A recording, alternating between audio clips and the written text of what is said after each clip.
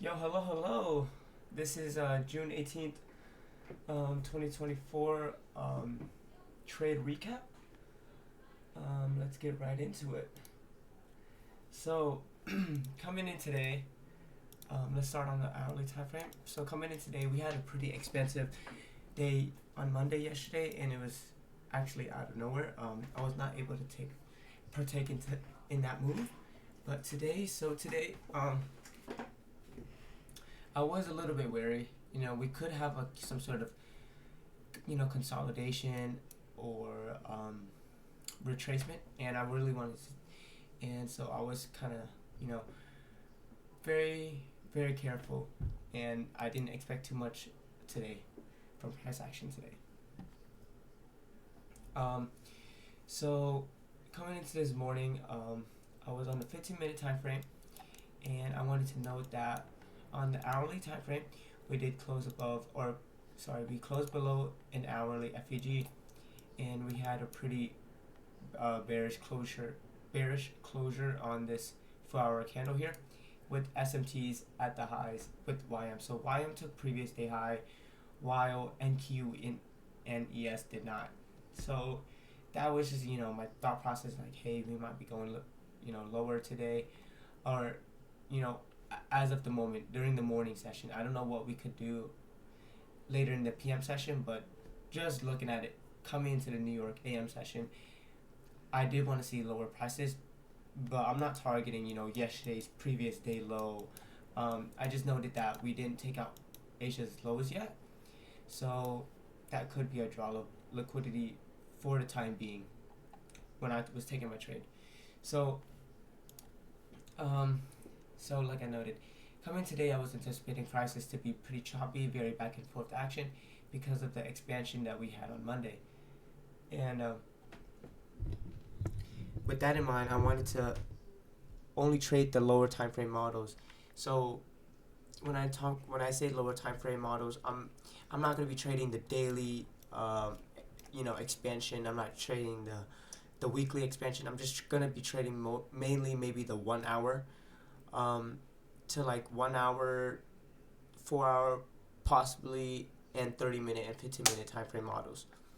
And like 15-minute, 1 hour, 30-minute, 4 hour, objectives. So this trade that I took, it was actually based off of a 30-minute objective with having so it was a 30-minute objective alongside attacking Asia's lows. Because looking at the 4 hour here, with how this 4 hour closed,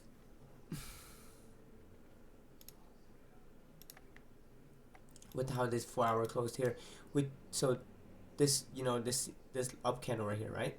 With the next candle, we took out its high, we took out its low, and we closed. With SMT, this candle right here could be viewed as an order block. So we took out. So with this third candle, I'm anticipating an open, high, low, close, right?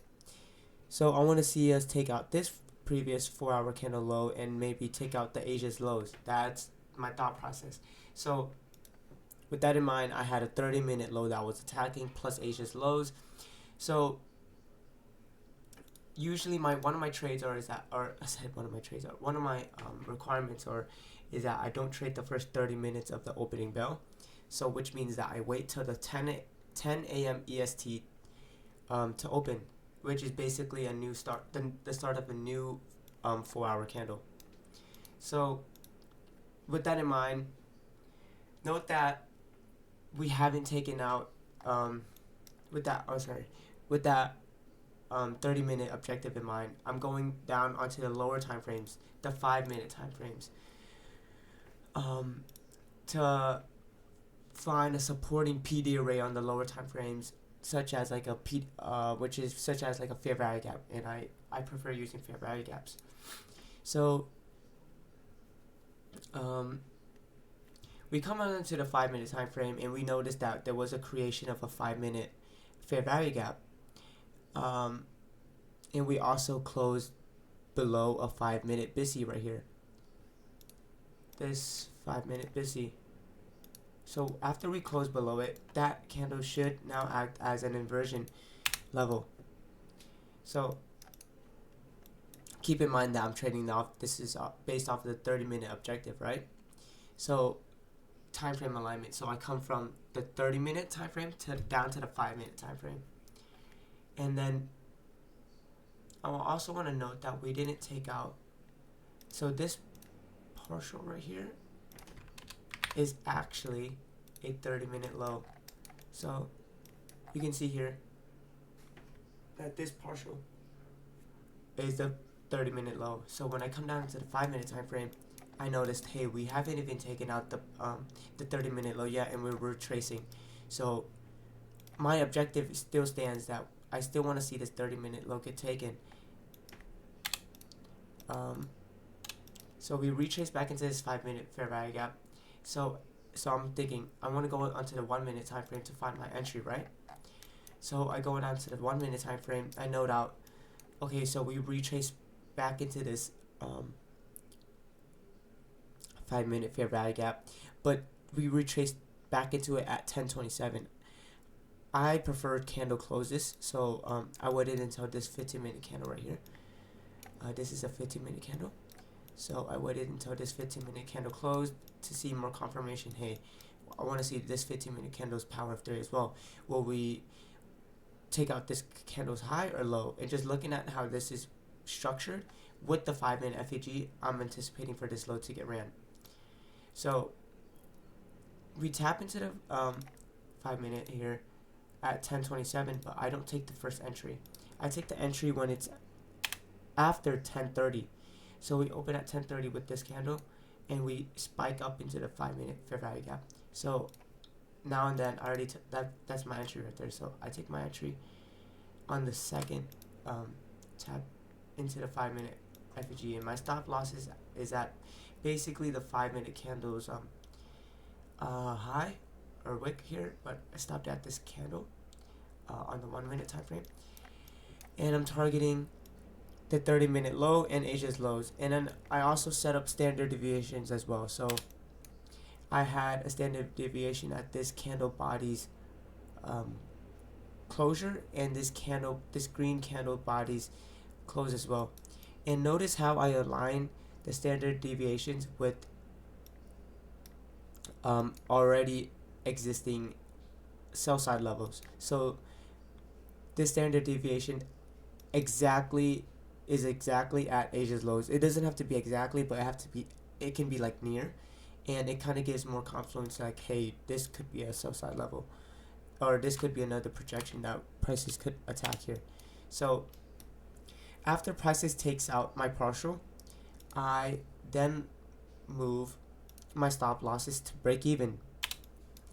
So we take out this partial here, and then look how this 15-minute candle closes as well. So what are you anticipating for prices to do with this 15-minute candle? Are we anticipating a run back all the way up here, or to take out this candle's low first? And my thought process stays the same.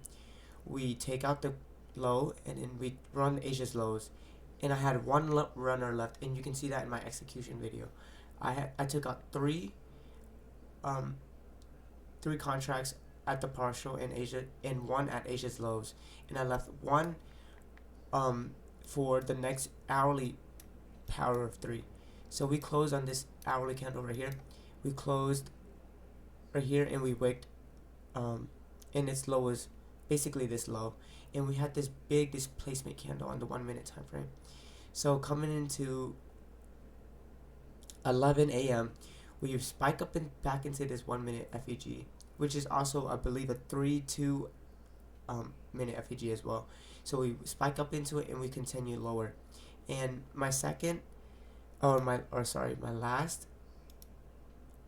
exit was between the -1.5 to -2 standard deviation, and that right there is that was a 164 tick move. For a consolidated day, I would warn myself that's pretty good. That's not bad. The trade setup played exactly to how I thought it was gonna do. I followed my rules quite well. Even in drawdown right here, if prices stop me out, it stops me out, right? But I have to have conviction and confidence in my trade idea. That, and if we do take out, if we do get stopped out, then I get stopped out. But I let my trade plan out, and at 10:42 we had a pretty big expansive candle to the downside, and then that was when I knew, hey, we're gonna run out sell side now. So the key points I do want to know is that, so one of them is that, notice this 4-hour candle, its high and low gets taken, and then the next candle that we have is a pretty big down close candle that closed below this candle's low. So once we retrace back into this 4-hour candle, this green candle should act as an inversion, or sorry, I said inversion, should be an order block, and it's higher probably order block because of the SMTs, and it's starting to change its date in delivery. My second point is that, notice how my entry right here on the 1 minute time frame is aligned with the new day opening gap. I actually don't take the entry at the very low of the 5 minute fair value gap. I don't take it like right here. I actually take it at the new, so the fair value gap starts right here, right? But my entry is actually at the new day opening gap. I'm not too sure. I haven't really backtested it too much. I just noted that ICT does state that new day opening gaps and new week opening gaps tend to, when they align with structure, they will allow you to pick the right fair value gaps, the right order blocks, and that was in the back of my mind when I was taking this trade, was that, hey, this new day opening gap is actually like, going through this fair value gap, and so it was extra confluence to my trade, and that's the second point, is the new day opening gap. The third key point that I do want to note out is that the standard deviations. My standard deviations, they should, when you project standard deviations, they should align with already existing like sell side levels or buy side levels. It allows for clear price action and clear projections in price. My fourth one is that this is probably the most important one, is that I'm selling above the 10:30 open, the 10 a.m. open, and the midnight open. So when I say midnight, is basically the daily candles open. So my trade is actually right above the daily midnight open, and all of that is part of the power of 3 concept, which I talk about a lot, and that's basically my main strategy, is power of 3. Yeah, those are probably all the points, and let me just go over it once more to really drill it down. So coming in today, I was anticipating for prices to be choppy, because of the expansion we had on Monday. With that in mind, I wanted to only trade the lower time frame models. I'm not trading daily or weekly models here. I waited until we opened at 10 a.m. to start looking for trades. So that first 30 minutes, I'm just watching price action. I cannot take any trades. And notice, and then after the 10 a.m., I started looking on 15, 30 minute time frames. So I noticed the 30 minute candle and how we closed there. So I based my trade off of that candle's power of 3. And within that 30 minute candle, I zoomed into the 5 minute time frame to find any P-Day raise that would support the idea of us taking that 30 minute candle's low. So there was a 5 minute FEG on the 5 minute time frame that supported the idea of us taking it. So I waited until the 10:30 open before I took an entry, because I wanted to trade alongside with the next 30 minute candles power of 3, and I anticipated that next 30 minute candle to be a open high low close candle, which I mean is right here. So the candle I noted out was this one, right? This is the candle I'm talking about. this is the candle's low I'm targeting. So I'm targeting this candle's low. So I wait till the 10:30 open, and because when I say that, I'm expecting this next candle to be an open, high, low, close.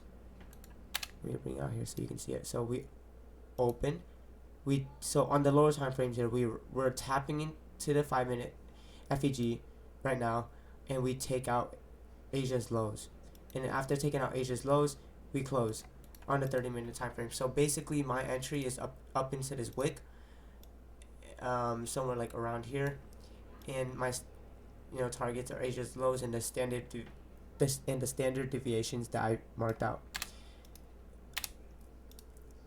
All right, and so I anticipated for that next 30-minute candle to be an open high low close, and notice how I bought above, or I sold above the 10 a.m. open, 10:30 a.m. open, and the midnight open. And yeah, that's basically it for June 18th, 2024 trade execution. I only took one trade today, and after that I kind of just let prices do its thing. Yeah, with that's it for today, and I'll catch you guys later on the next trade execution video. Peace out and safe trading, everybody.